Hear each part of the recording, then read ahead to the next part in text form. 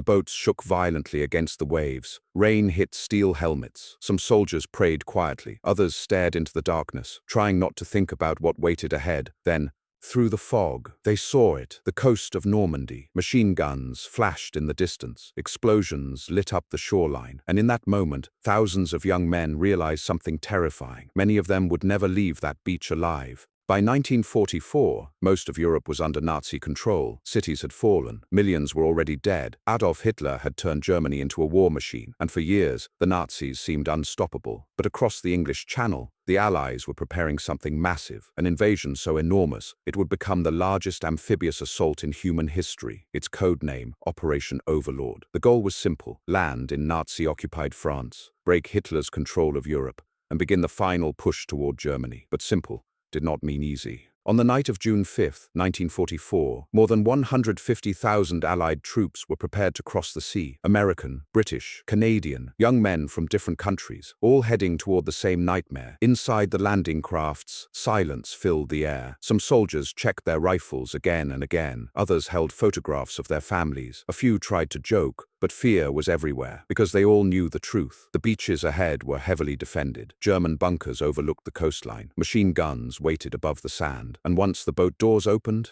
there would be nowhere to hide. As dawn approached, the Allied fleet reached Normandy. Thousands of ships covered the ocean. Warplanes roared overhead. Then the bombardment began. Battleships fired massive shells toward the coast. The ground shook beneath German defenses. Smoke covered the beaches, but many German bunkers survived. And when the first landing boats reached the shore, hell opened instantly. Machine gun fire ripped through the air. Bullets tore across the water. Soldiers fell before even touching the sand. Some drowned beneath the weight of their equipment. Others ran forward through explosions, smoke, and chaos. Especially at Omaha Beach, the situation became catastrophic. Entire units were trapped under relentless fire. For many soldiers, the invasion lasted only seconds. The beaches became scenes of absolute horror. Medics dragged wounded soldiers through blood-soaked sand. Officers shouted commands that no one could hear over the explosions. Bodies floated in the waves. Landing crafts burned beside the shore. And still, the soldiers kept moving forward. Not because they were fearless, but because stopping meant death. Small groups began pushing through the chaos. Some climbed cliffs under enemy fire. Others destroyed German machine gun nests one by one. Every meter gained came at a terrible cost. But slowly,